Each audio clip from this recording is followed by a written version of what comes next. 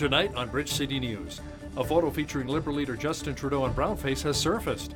We have reaction from the federal leaders and Lethbridge Conservative MP Rachel Harder. A pro-life voice is being heard during the federal election. Mark Slingerland with the Christian Heritage Party discusses what he brings to the table. And students gathered in Nicholas Sharon Park today, remembering a man who did so much for cancer awareness. Your nation, your province, your southern Alberta. From the heart of Lethbridge, it's Bridge City News with Hal Robbins. Good evening. Thanks so much for joining us.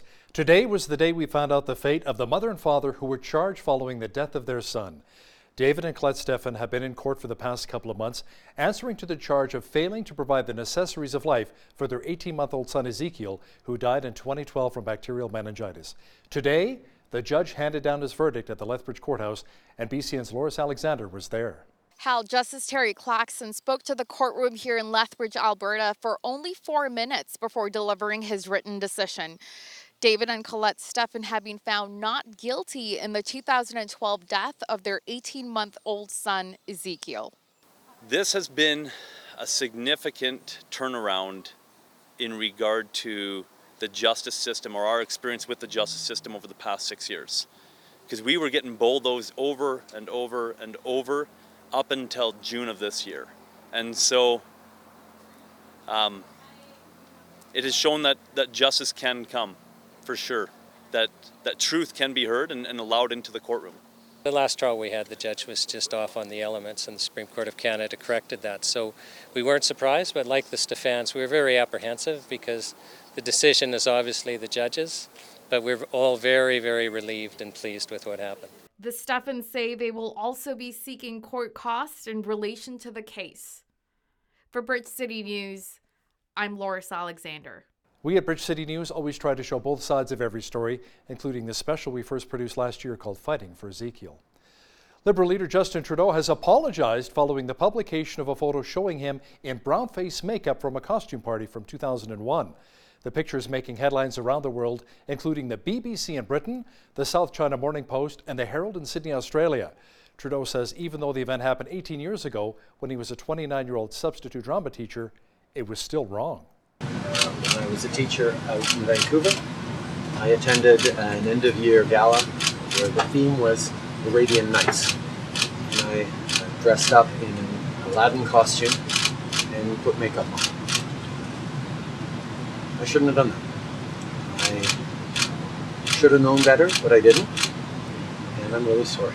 Conservative leader Andrew Scheer says the brownface photo shows that Trudeau is not fit to govern the country. Like all Canadians, I was extremely shocked and disappointed when I learned of Justin Trudeau's actions this evening. Wearing brownface is an act of open mockery and racism. It was just as racist in 2001 as it is in 2019. And what Canadians saw this evening is someone with a complete lack of judgment and integrity, and someone who's not fit to govern this country. Lethbridge Conservative MP Rachel Harder says the brownface photo says a lot about Justin Trudeau's character. Character matters. Character is number one, and Canadians deserve a Prime Minister who is going to treat all people in a respectful manner, who is going to function with integrity. And this Prime Minister, from day one, while being Prime Minister, has shown that he's not capable of doing that. And then now we're seeing historical evidence of this exact same type of behavior that shows incredible disrespect towards members of the Canadian population. Federal NDP leader Jagmeet Singh was taking part in a town hall meeting when the news broke of the brownface photo. Singh says it is becoming clear that Trudeau's public persona may not be an accurate reflection of who he really is. Well, it's troubling. I mean, it's insulting. Anytime we hear examples of brownface or blackfacing, it's making a mockery of someone for what they live and what their lived experiences are. I think he needs to answer for it. I think he's got to answer the question why he did that, and what does that say about what he thinks about people who, because of who they are, because of the color of their skin, face challenges and barriers and obstacles in their life. Racism is real. People in this room have felt it. I've heard the stories. I've experienced it in my life. He's got to answer those questions. The Christian Heritage Party is running a wide range of candidates in the upcoming federal election. The Lethbridge candidate is Mark Slingerland. Mark says it's important to have a voice like his this election since his party stands up for the unborn. We offer a choice for voters who don't think government is the answer to everything and who want their government not to be afraid of big questions and tough questions. We're the only pro-life party in Canada. We believe in protecting human life from the conception to natural death. That's an issue that needs to be talked about. We're unique in the world in Canada in not having any restriction on abortion whatsoever. That needs to be something we talk about. We believe some of the other big issues are family, safety for children in a context that's good for their upbringing. The debt, even the Conservatives increased the national debt to the extent that we're paying millions of dollars every day in interest, and that's stealing from future generations. The other candidate for the Christian Heritage Party running in southern Alberta is Tom Lipp, who is in the Bow River riding. One of the biggest issues in the Lethbridge region this election is our city's opioid crisis. Now that's according to Amy Bronson, who is the Lethbridge Liberal candidate. Amy says the drug crisis also impacts our economy. The number one issue in our community is the impacts that we're experiencing because of the drug opioid crisis in this region and in our nation, right? Like we are so hard hit from this, and we are feeling it from every angle. And this is really just impacting us from all sides. So that's what people bring up, and they bring it up from every angle you can imagine. I think that also relates to other concerns that people feel, which is really the ability for them to provide for their families and just keep their jobs and increasingly have better jobs. We also spoke to Ms. Bronson about the controversy surrounding Liberal leader Justin Trudeau. Catch that full interview coming up later in our newscast. The future of recycling was discussed today at SACPA. The city's general manager of waste and recycling, Joel Sanchez, discussed the importance of doing our part for the environment. We have been able to divert close to 1.2 million kilograms of recyclable materials from the landfill, which is roughly 50% to 16% of the materials now being moved away from the landfill. It's a good news story. We also talk about the residue rate, which is less than 10%, or the contaminants, and that's good. We have seen that number in other communities around 20%, 25%, and here in Lethbridge, residents have been able to get the program with a good quality material. We also talk about how much material are we moving and where is that material going? What do we do with the recyclable materials? And what we shared today is that 82% of those materials are fibers, and they're going to North America and Canadian recycles. And we also have around 4% of the plastics, which we have been able to move to Canadian recyclers. The city's waste division policy has led to specific targets for reducing waste in both households and businesses, with the goal of cutting overall community waste in half by the year 2030. Unemployed Albertans will have even more of an opportunity to transition into a new career. That is thanks to a recent initiative by the Teamwork Centre, the province, and the Canadian Institute of Traffic and Transportation. Eligible Albertans can take part in a 15-week no-cost employment program to join the transportation and logistics industry in Canada. Economic Development Lethbridge says with over 200 businesses and 3,000 employees tied in with logistics in the Lethbridge region, the distribution of goods and services is vital to the Alberta economy. Amnesty International recently wrote a letter to Premier Jason Kenney talking about the climate crisis, our emissions targets, and future global demand for oil and gas. According to the Alberta correspondent with the National Post, Tyler Dawson, Premier Kenney did not appreciate the letter.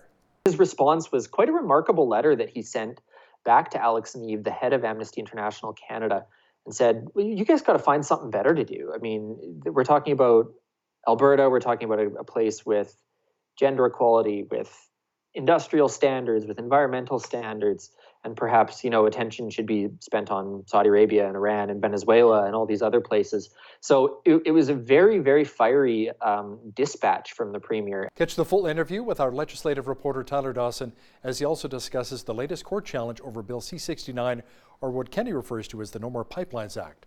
That's coming up after business news. Staff and students from a wide range of schools in Lethbridge gathered at Nicholas Sharon Park today to remember a man who did so much for cancer awareness and research. Today was their Terry Fox Walk. Each school almost has 600, so we're walking with thousands of kids at Nicholas Sharon today, and it's really fabulous to enjoy that with them. We have 4 or 5 schools on the west side, elementary schools, that come together today at Nicholas Sharon Park and walk for Terry Fox, and in honor all of the people in our lives that have battled cancer or are battling cancer. and we raise money for the Terry Fox Foundation. Many students bring in toonies for Terry or larger donations, and they're able to bring it into the school or pay online and send the funds. Then the funds get sent to Terry Fox Foundation. During his quest, Terry Fox ran 5,373 kilometers over 143 days, but had to stop in Northern Ontario as his cancer had spread, making him unable to continue his run. As of January of last year, over $750 million has been raised in his name. More than a dozen guns, including a semi-automatic rifle, were seized by police from a home in Red Deer. Police say the firearms, along with thousands of rounds of ammunition and some cocaine, were found during a search. 4 of the guns were reported stolen in August, and police allege the home's residents were involved in firearms and drug trafficking. A man and a woman in their 20s are facing a total of 80 firearm and drug-related charges. Health officials say a teenager from London, Ontario, who was using e-cigarettes daily, suffered a severe case of pulmonary illness. Health officials believe it is the first case of vaping-related lung disease in Canada. Dr. Christopher Mackey, the unit's medical officer of health, says the youth was initially on life support. This case was in a high school aged youth, and the individual had no other health issues whatsoever. We were able this week, in partnership with the Office of the CMOH, to confirm that the case is meeting the national working case definition of severe pulmonary illness associated with vaping. The individual is a high school aged youth. They had quite a severe illness course, including ICU life support. The individual recovered and is now at home. The Canadian Cancer Society, the Canadian Medical Association, and the Lung Association want Ottawa to do an interim order on vaping products and marketing. They say urgent action is needed to treat vaping like smoking, because waiting any longer for regulations would only increase the risk to Canadians. Officials in Houston, Texas say people in many parts of that state could receive more heavy rain and damaging winds from Tropical Depression Imelda. The storm's remnants spawned several weak tornadoes. You know, some of the best words I heard, though, were from one of the homeowners that said, everything's destroyed, but everyone's alive. He said all of his damage was caused in about 2 minutes. Right. It was a miracle because he was inside the house when it happened. I was mainly worried about my kitty. About your cat? Yes. Is the cat okay? Yeah. About 3 minutes after, it would lasted about 3 minutes. Boom. I went outside, nothing, no porch, no... What did it feel like? Oh, it was, well, the thing about it was that tank, that propane tank, it's a 100-gallon propane tank. You picked it up, slammed into the house, and everything in the cabinets went flying out and crashing. That's what I heard. And what did you do? Did you hit the floor? Did you run outside? Too late then. I mean, you just hope for the best. A new program in the United States is providing aid to pet owners in low-income neighborhoods to reduce the number of animals sent to shelters. Pets for Life provides free or low-cost animal medical services, supplies, and food for clients. It's kind of expensive, and it's almost like caring for a child when you want to care for them right. Pets for Life is a wonderful program. Our goal is to keep every animal that comes into the shelter, we want to see them leave alive and go into a loving home. And to bring the number down that are coming in the first place, Pets for Life goes out 4 days a week, knocks on doors, and just introduces themselves. They have a big van, which I'm sure you saw, asks people, if they have pets, how they can help them, if they need anything. What a great idea. It was on this day that the Unabomber's manifesto was published and the Mary Tyler Moore Show premieres. This is Today in History for September the 19th.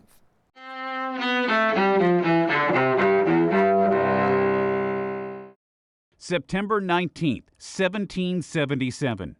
In upstate New York, a turning point during the American Revolution. The Continental Army defeats the British in the first of 2 battles of Saratoga. American victories in both battles convinced the French to aid the revolutionary cause. 1881. In New Jersey, President James Garfield dies of wounds inflicted by an assassin 2.5 months earlier. Vice President Chester Arthur becomes president, serving the rest of Garfield's term in office. 1934. In New York City, Bruno Hauptmann is arrested for the kidnap and murder of the infant son of aviator Charles Lindbergh. Hauptmann is later convicted and executed in New Jersey for the crime, insisting to the end that he's innocent. 1995. In a controversial move, the New York Times and the Washington Post publish an anti-technology manifesto by the Unabomber. That leads to the arrest months later of Theodore Kaczynski for the Unabomber attacks that killed 3 people and wounded 23 others. And 1970.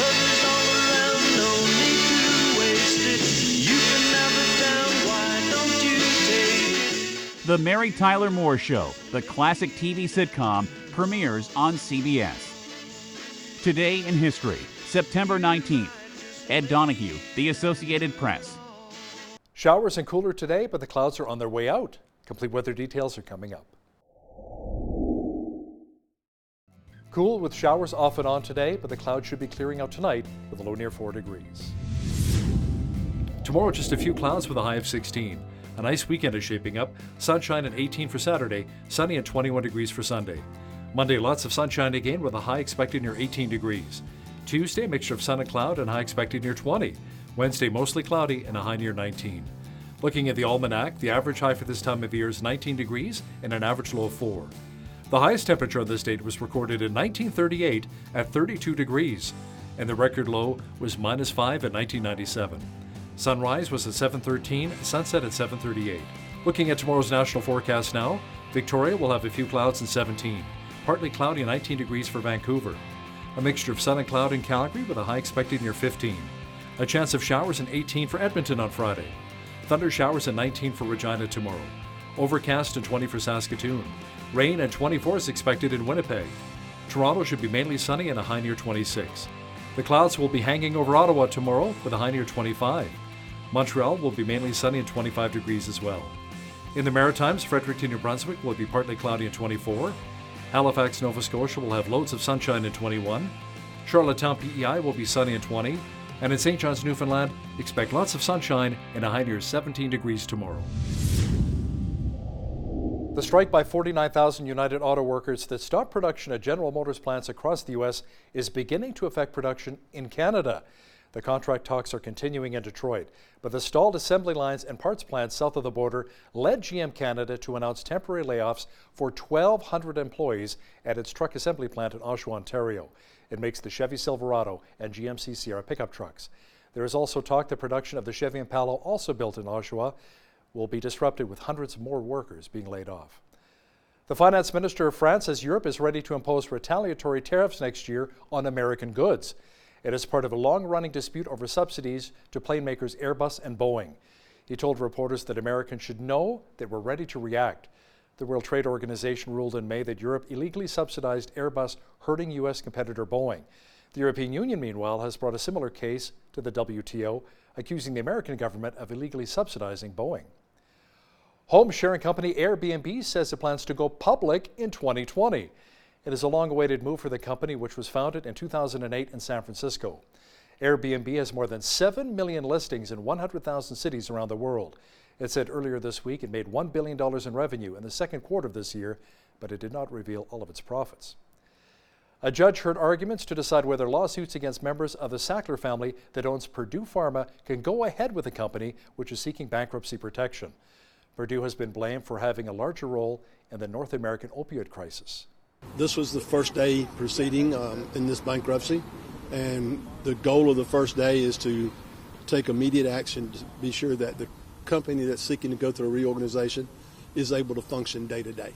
And that was accomplished today, and they'll continue to function under the rules of the bankruptcy court now, but they can pay their employees and they can live up with their contracts, and they can pay their vendors and get their supplies, and we move to the next step. A Japanese court ruled today that 3 former executives for Tokyo Electric Power Company are not guilty of professional negligence in the 2011 Fukushima nuclear plant meltdowns. Today's ruling marked the end of the criminal trial in a nuclear disaster that has kept tens of thousands of residents from their homes because of lingering radiation contamination. The court said they were also not guilty in causing the death of 44 elderly patients forcibly evacuated from local hospitals. The executives were charged with failing to foresee the tsunami that struck the plant after an earthquake. They were also charged with failing to take preventative measures that would have saved the plant. The 3 men said they would not have predicted the tsunami. Now, here's a look at today's markets. The TSX was up 58 points to 16,858. The Dow Jones Industrial Average was down 52 points on the day. The Nasdaq was up 5 points to 8,182, and the S&P 500 was up slightly to 3,006 on the day. Oil was up 43 cents a barrel to 58.54. Natural gas was down 9 cents to 2.55. Gold was up almost $5 to 14.98 per ounce, and silver was up 2 cents to 17.78. Wheat came in at $208 per metric ton, barley at $197, canola at $452, and corn at $274 per metric ton. Live cattle was down slightly on the day to $100.63. Feed cattle was up just under $1 to $140.23. Lean hogs were down $1.53 to $63. And the Canadian dollar was up slightly today to 75.39 US.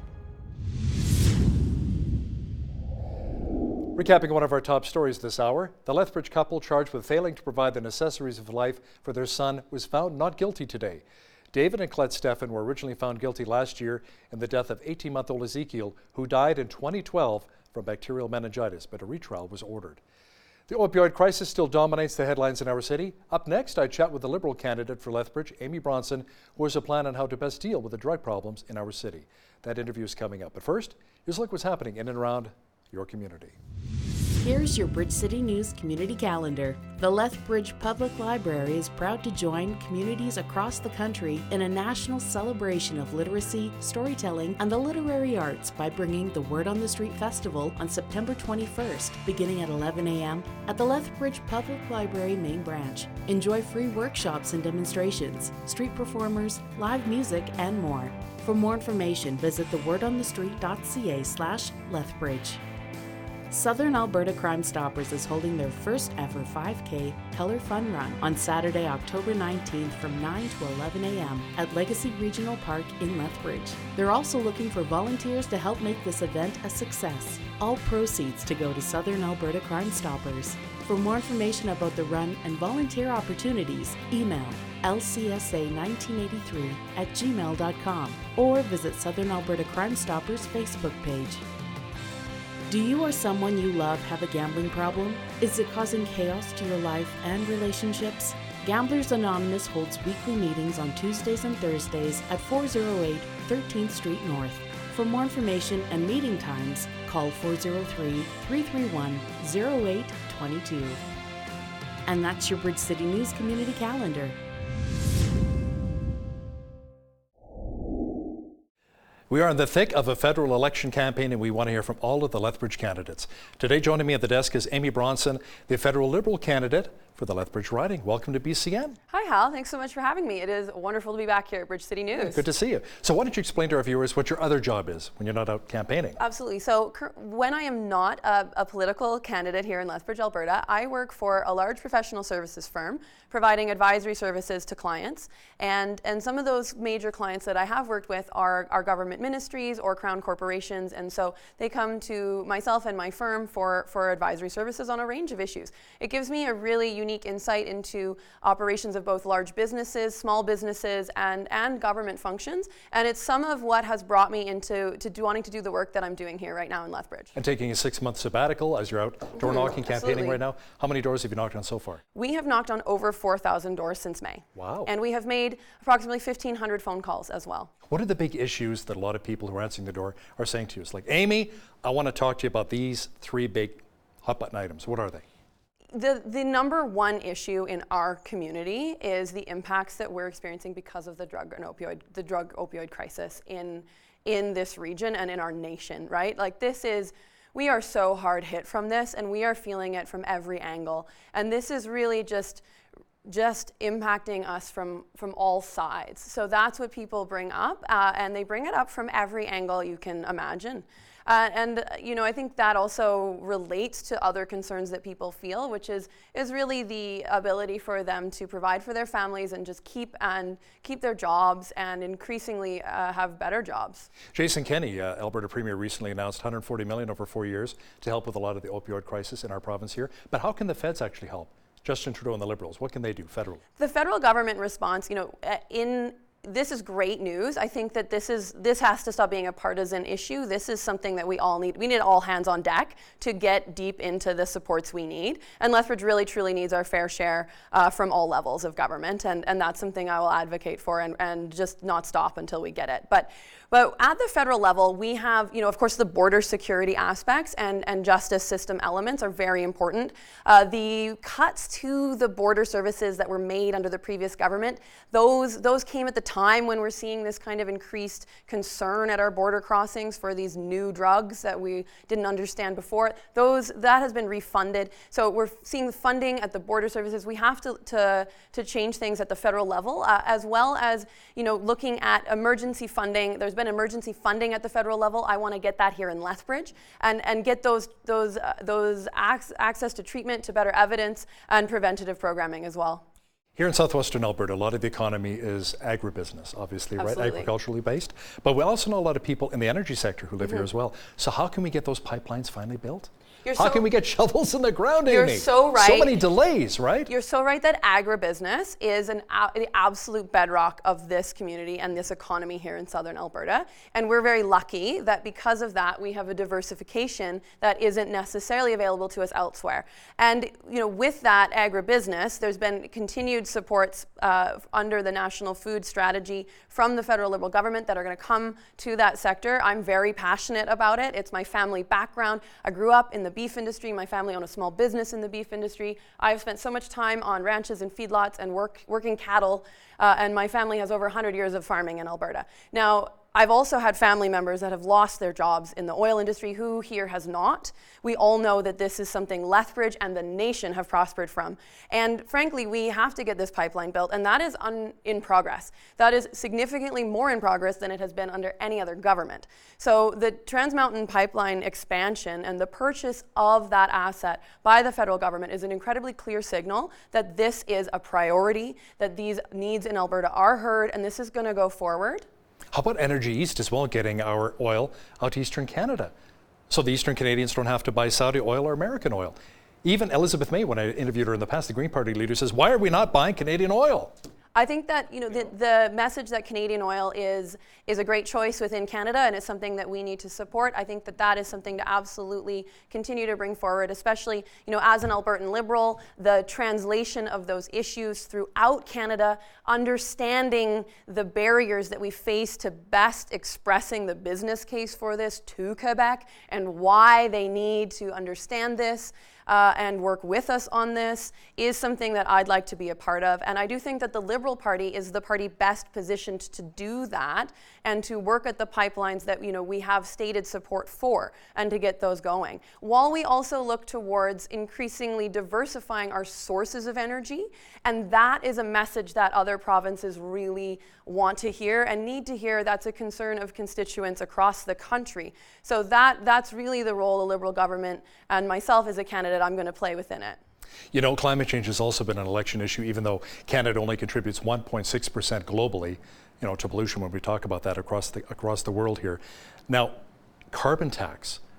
Catherine McKenna said, Alberta, you said no to the carbon tax.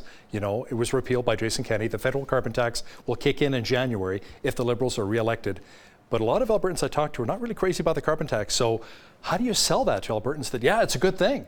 What's happening in areas where there is pricing on pollution is there are rebates coming back proportionate to what is being paid for in the pricing of the pollution to the individuals in Canada. So this is a revenue neutral program that returns that money back and is designed to be a market-based solution towards this. So I understand that there are challenges with a change like this. It is fundamentally protecting the environment is so important to Canadians. It is so important, and everybody understands that environmental protections are needed, and this is one solution that the vast majority of parties has put forward and the vast majority of economists are supporting. It is the one frankly, I go to doors and I go talk to small businesses all day long, and I've had many small businesses in Lethbridge tell me that they are so frustrated about the cancellation of the pricing that was in effect in Alberta prior to the cancellation. They have in progress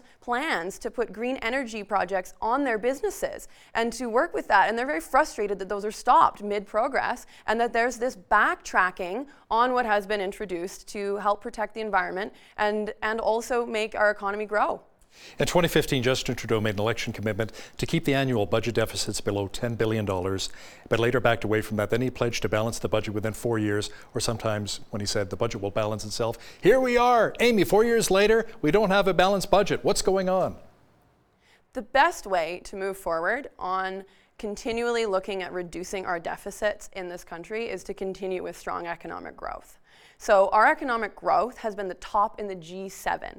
Our job creation has been we've seen over 1 million jobs since 2015. We have also seen incredible, historic low unemployment rates. And that is something that we need to look for the continuing to grow our economic activity, and that's going to allow us to get back to that budget deficit reduction accordingly. The largest budget deficits have been incurred under conservative governments, and so this idea that you focus on investing in people and investing in the future of the country is really core to the ability to fiscally manage our nation. Well, I know when I worked in Parliament Hill at the end of 2015, before Justin Trudeau was elected Prime Minister, there was actually a surplus of $3 billion. So I remember that at that point in time. But let's move on beyond that. Let's talk about Justin Trudeau, your leader now. There's been a lot of controversy surrounding Justin Trudeau. The Ethics Commissioner's report came out. He was found in conflict of interest. How do you really distance yourself, or do you try and separate yourself from that as you're out campaigning? Because people will say, this guy's a liar. What do you say to that? How do you respond to that?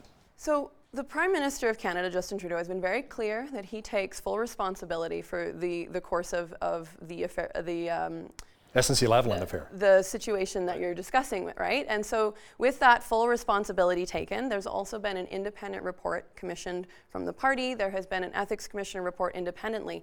And we as Canadians can take comfort in the idea that we're a democratic nation and we uphold our democratic institutions. We have independent reports that are commissioned, that are released in advance of elections. That is something that we uphold, and the accountability of all political parties is really important to me and to us, and that includes the parties we participate in. So we continue to participate in our own parties to make them better, to ensure that they keep those commitments going forward. And that's my response, is that I am going to continually participate in this, seeing those changes implemented that we have heard from the Prime Minister that will be. When you're knocking on doors, do some of the constituents here in Lethbridge say, well, they have an issue as well with Justin Trudeau blocking the RCMP investigation into the SNC-Lavalin affair? Are you hearing any of that from constituents? I'm really hearing about the opioid crisis. I have to tell you that I think that those are all important concerns and they deeply matter to people in Lethbridge. Of course, it's a national conversation that we're going to continue to have, and I'm going to be a part of it. But frankly, the doors are talking about the opioid crisis and the challenges in our community. And for myself as a candidate, I am very much thinking about those local issues first. What about universal pharmacare? What are your plans to reduce the cost of prescriptions, especially for seniors on a fixed income, right? Yeah, the cost of prescriptions, Canadians and people in Lethbridge are facing, choices that they have to make between a nutritious food or heating bills or some other essential in the face of prescription medicines. I've got friends who, are really struggling to pay for their, prenatal nausea reduction medication. And these are just things that the daily lives of Canadians, when we have those costs reduced by working together as a nation to get that more efficient with a national pharmacare strategy that we look to having go forward for 2021, that's going to be a really exciting change for seniors, for young families, for everyone who faces a need for a prescription medication. What's the Liberals' plan, Amy, for reconciliation with our First Nations people? The Liberal government has done historical things to move forward with reconciliation, and I see every day the extent to which this is necessary in Lethbridge. Our Indigenous friends and community members are facing challenges that some of our settler community members are not necessarily facing. Including the opioid crisis. Including the opioid crisis, right. It is just a disproportionate thing. So the advancements and reconciliation and taking that seriously really matters. And recognizing that our First Nations and the folks that we, were original inhabitants and stewards of this land, taking them seriously as equal partners is core to this for me. And Lethbridge is, this is the issue of our time for me. So when you see a government commit to implementing all of the recommendations, calls to action in the Truth and Reconciliation Commission, and you see that the missing and murdered Indigenous women's inquiry went forward and we have tangible actions to take next, that was blocked by the previous government. We cannot go backwards on this, and Lethbridge can't afford it. What about the Liberals' plan when it comes to an immigration policy? And maybe bringing in more foreign workers to help with our economy, especially those picking apples or whatever during harvest time. Tell me a bit about that. So that's I hear from employers, agricultural employers and otherwise in Lethbridge region, just how essential the different programs that bring in new sources of employees are to them. And I think we can really hear, as your member of parliament, I can really be a voice to making sure that those are working with our industries, because they're crucial here and they really support us. And the diversity of Lethbridge as a community, just based on immigration from all over the world, we are really primed to benefit from this. We have such a great, strong history of working together from people from all different backgrounds coming here and making a really welcoming home. Unseating the incumbent is a big challenge at the best of times. Rachel Harder, a very strong voice here in Lethbridge with the Conservative Party of Canada. What is it going to take to beat Rachel Harder? So, Rachel Harder and I share some views. We're very passionate about the future of Lethbridge. We love our democracy. And then we have other views on the best ways to look at including Lethbridge in the future of Canada. And I don't think as so much about running against someone, so much as I think about running for Lethbridge. And so really, the challenge that I face as a candidate, and this is hard work, and it should be hard work. Democracy is not supposed to be easy. It is supposed to be worth it.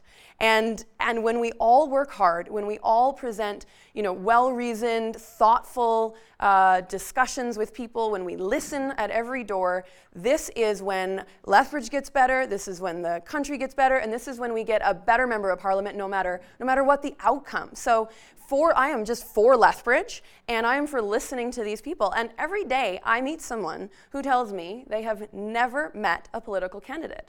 They've never met their member of parliament. They have never met anybody coming door to door. I go to stakeholders who say, wow, this has never happened before. And that means I'm doing something differently. That means that I'm focusing on impacts in the community. My entire campaign is built around reaching people because I'm a Liberal voice that has grown up in Lethbridge, and this is where I'm from. So I know that we're here, and I know that we're a strong group of people that want to be heard as well. Something I like to ask all of the candidates as well, Amy, is where do you think your party needs to improve? Nobody's perfect. No party is perfect. Where would you like to see the Liberal Party, the federal Liberal Party, improve? For myself, as a Liberal here in Lethbridge, in Alberta, I know that the Liberal Party cares very much about Alberta. And what I do think we can improve on as a party is really reaching here and having the translation exercise of the needs of Alberta really get to the point where Albertans know and understand how the Liberal Party does understand our role in the Federation, how pivotal we are to the party, and I think I am here doing this. I decided to run for election here because I know that there are so many needs to uncover in the community that I will bring back to the Liberal Party that improves the party.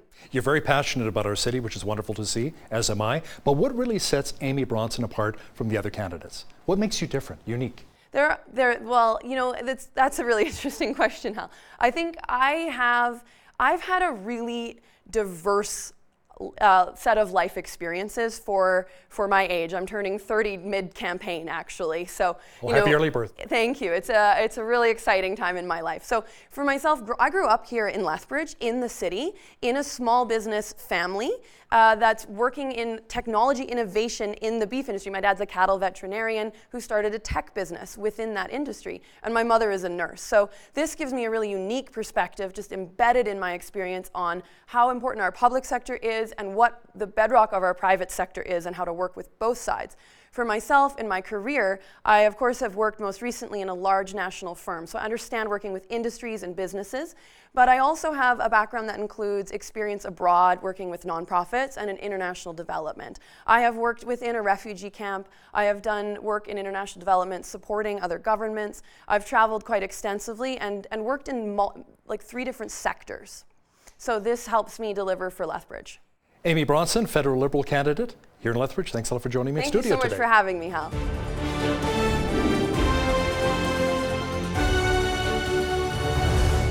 The federal election is coming up on October 21st. What are some of the big issues that Albertans are facing? What is near and dear to our hearts? To talk more about it is the Alberta correspondent for the National Post, Tyler Dawson. Tyler, obviously the TMX pipeline expansion is front and center, as is the carbon tax. Yeah, I mean, I think a lot of the issues for Albertans going into this election and in the opening, week or so of this election are many of the same issues that we've been seeing for months and months and months. I mean, people still want to know when the pipelines are going to be built, how relations between the BC government and Indigenous groups and the federal government might work under an Andrew Scheer government, for example. Carbon tax. If Trudeau wins, well, then we know what's happening with that, I suppose. But if another party wins, what's the environmental setup going to look like? But there's lots of talk so far about jobs, the economy, all these sort of perennial issues that aren't necessarily exclusive to Alberta. When Trudeau was here in Edmonton the other week, he spoke about that and support for Alberta and support for the oil industry, which he was speaking to a room full of Liberals, so that was certainly one thing. But I think a lot of the concerns that we are seeing are similar over the past year. And I was going to say if Andrew Scheer wants to pick up seats in Alberta, but I don't think there's any question he's going to pick up seats in Alberta. But he, I don't think, is having to campaign to Alberta in the same sort of way that Justin Trudeau perhaps does if he wants to retain his 4 seats. We're in the can already, perhaps, for the Conservatives once voting day comes. I think a big part of it as well, Tyler, is the fact that Albertans don't want to feel so isolated from Ottawa. That's why we're seeing some of these separatist parties popping up. Yeah, and we do have Maxime Bernier's PPC as well, the People's Party of Canada. I'm not sure it's going to make much of an influence, but during the Alberta election, people did talk about the Freedom Conservative Party, which did have a member in the Alberta legislature, and expected them to pick up a seat or two, and that didn't happen. People, went with the safe mainstream option in Jason Kenney's United Conservatives. So will this People's Party of Canada that's tracking a little bit to Andrew Scheer's right, will they pick up any votes, any seats? I suspect not, but you never know. There could be a riding or two that swings one way where people are a special brand of angry. Let's talk foreign funding inquiry. There's now a website where the public can leave tips. Tell me more about that. Yeah, so this was, one of the big developments, I suppose, in how this was all going to be working. And the website, as you said, is set up. There's submissions. It has drawn immediate comparisons to sort of McCarthyism, reporting on your neighbor sort of thing. But presumably the idea is that you will have people that have, who have done some of the research, maybe looking through some corporate documents, some charity documents, who've read some of the research out there, who have perhaps some unique insight into these things, who make submissions on it. You never really know about these things when you go and ask the public. I mean, it's good, I think, the government does reach out to the public and is doing consultation, but you end up with an awful lot of information to sift through, not all of it necessarily super useful. So there is going to be a pile of information that has been sent to the government that this panel is going to have to go through and figure out what is legitimate and what's, who knows, someone angry at their neighbor. It could be a mess. Our Premier Jason Kenney is feuding with Amnesty International. That's kind of a bit of a shock, a bit of a surprise. What is the fight all about? Yeah, so it's sort of about this war room potential lawsuit kind of stuff that the Coles Notes version is Amnesty sees the war room and the inquiry into foreign funding as a free speech issue. And they see this as government power being used to sort of silence, whether you want to call them dissident groups or merely a political entity that the premier and the government don't agree with. So that's their concern. And which is one actually that I've asked Jason Kenney about in interviews and things like that. And he does not see it as a freedom of speech issue, to put it mildly.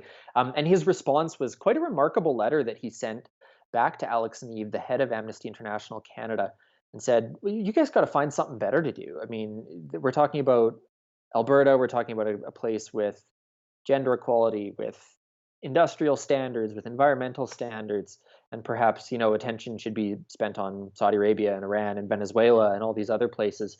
So it was a very, very fiery dispatch from the premier. And I know Rex Murphy in the National Post said it was, an uncommon sort of thing in this era for such clarity from a politician. And whether you agree with Jason Kenney or not, it was quite a forceful missive and something you really don't see very often anymore. The province is in court over Bill C-69, or the No More Pipelines Act, as Jason Kenney likes to refer to it. Alberta's asking the Court of Appeal whether or not the bill is in fact constitutional. Now, the same thing happened with the carbon tax, and late last month, Ontario appealed its challenge of the carbon tax to the Supreme Court of Canada. Tyler, does Kenney really stand a chance here? It's a great question, and I don't know. The government obviously thinks they do, or they think there's political points to be won in fighting these battles. Certainly some of the arguments that have been made, particularly on the carbon tax, particularly in Saskatchewan, they are operating on the margins of constitutional law, as one professor put it to me some months ago.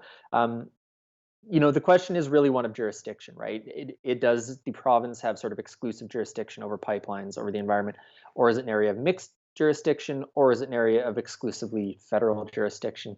And on the carbon tax specifically, the government has been saying, well, this is an issue that affects all of Alberta, all of Saskatchewan, all of Manitoba, all of the country. And so you can't have one provincial government making policy that's going to affect everyone in the country. So that seems to have been a compelling argument so far on the carbon tax. Whether or not that's going to be the similar sort of argument that's made on C-69, I think we'll have to wait and see. I don't know if this is going to be successful, but certainly I think the Kenney government is probably hoping that we see an Andrew Scheer victory in a couple weeks so that they actually don't have to fight these battles in court. Tyler, Premier Kenney is on a tour in the United States and Eastern Canada. Why is he racking up all the air miles? Well, if he racks those points up and saves them for later, he could save the taxpayers money on an Aeroplan flight or something like that. But he's there, promoting Alberta energy, promoting investment in Alberta, talking about corporate tax cuts, trying to drum up enthusiasm for bringing business here. All these are sort of things that he promised that he would do once he became premier, that he was going to attract investment, all this kind of stuff. So, it's a speaking tour. He's been on, I believe, Fox News Network talking about these things. He's given speeches, met with politicians, the usual kind of stuff. It is part of, I think, this larger strategy wherein he made these sort of economic promises, and now he has to find a way to keep them. And I am, of course, always a skeptic that government can do a whole lot on the economy. They can, open things up, free things up a bit, but, maybe unfortunately, a lot of it ends up being outside of their control. So I think that this is, one strategy that the premier has to employ in hopes that we do get an economic return in the next several years. So he's doing that. He's also, as a result of doing that, sitting a little bit out of the federal election so far, which is kind of interesting since he had promised to be a little more involved in that. So that is, I wouldn't say I'm surprised per se, but it is interesting to see him on this campaign while there's an election campaign going on at the same time. I'm wondering what kind of an ROI that Kenney will actually get after meeting with some of the business leaders, especially south of the border in New York. Remains to be seen what will happen there. We also have an official date for the legislature returning. Tell me more about that. We do indeed, October 8th. So they are scheduled to come back a little bit early. The sort of initial set date was about 3 weeks later than that, and they're going to be coming back early before the federal election, which probably makes some sense. There are going to be, a dozen, give or take, bills that they are planning on looking at. There's going to be a budget. That's probably the biggest ticket item that we are looking for out of this fall session. As viewers will remember, there was no budget after Kenney won in the spring, and there have been some sort of financial updates since then. But we actually have not got a super clear, super detailed look at the province's finances from the government other than the McKinnon report. So the budget is going to be a look at, we have had these quarterly financials, we have the McKinnon report, we have campaign promises. Sometime in October, probably the government's going to have to, squish that all through a funnel and have a budget come out the other end. And that's going to be a really solid first time look, I think, at how Jason Kenney's Conservatives plan to govern this province differently than their predecessors. A Global Affairs Canada body identified a large amount of trolls and bots on social media during the last provincial election here in Alberta. It says the UCP had nothing to do with it, even though most of the active accounts were UCP enthusiasts.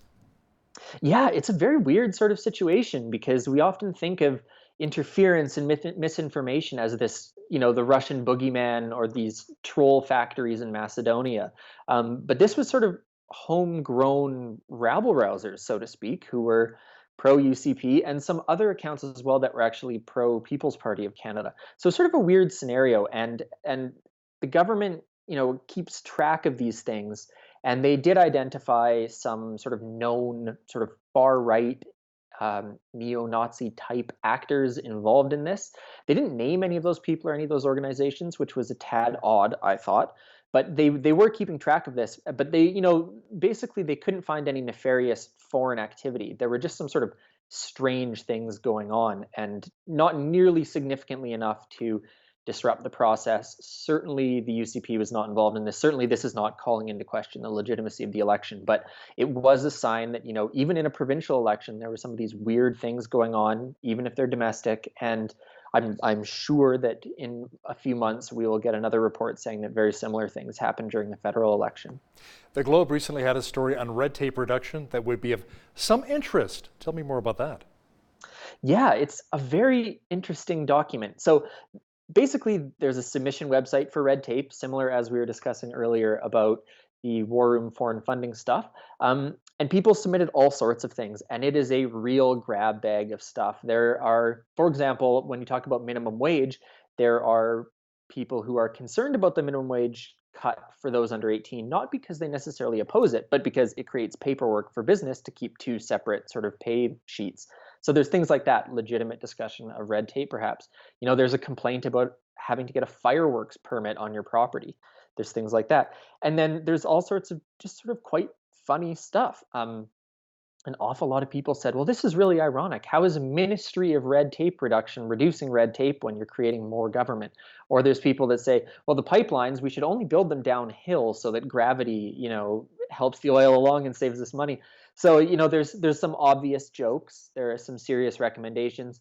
There are quite a few serious recommendations as well, but they're actually not provincial responsibility. You've got, things on criminal law and gun control. These are federal issues. So it is a real wide mix. It's about 500 pages long, a few thousand submissions, and this is only sort of the first chunk of that. So as I mentioned earlier, there's a lot of stuff for government to sift through in order to pick out some of the gems. And there are some gems, and certainly I think anyone going through them, simplifying assistance for the severely handicapped, those things seem like no-brainers, and but the government's going to have to work to pick those things out.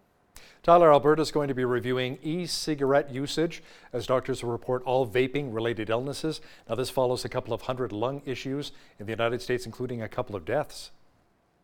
Yeah, it's real alarming. I think an awful lot of parents and teachers are keeping a really close eye on this, concerned about youth vaping rates and things like that. And I have to admit, I'm 30, and it's funny to me because when I was a teenager, we worried about taking up smoking cigarettes. And there are, as you say, several hundred illnesses. These are, I am of the opinion, which this is strictly my opinion, not as a doctor or anything, but we are still talking a very, very small percentage of overall use. We just had reported in Canada this week the first case, but we're talking one case in a country of, 35 odd million people. And we're talking about vaping versus cigarette smoking, which is in Canada responsible for about 100 deaths per day. So there are obviously some concerns here. I think government and health officials need to move very, very, very quickly to sort of clear up what is causing this.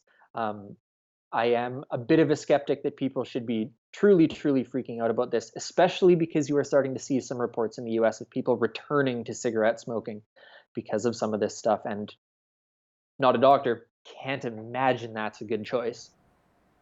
The Alberta correspondent for the National Post, Tyler Dawson, joining me from Edmonton. Thanks again, Tyler. Thanks, Hal. On behalf of all of us here at PCN, I'm Hal Roberts. God bless, and thanks for watching.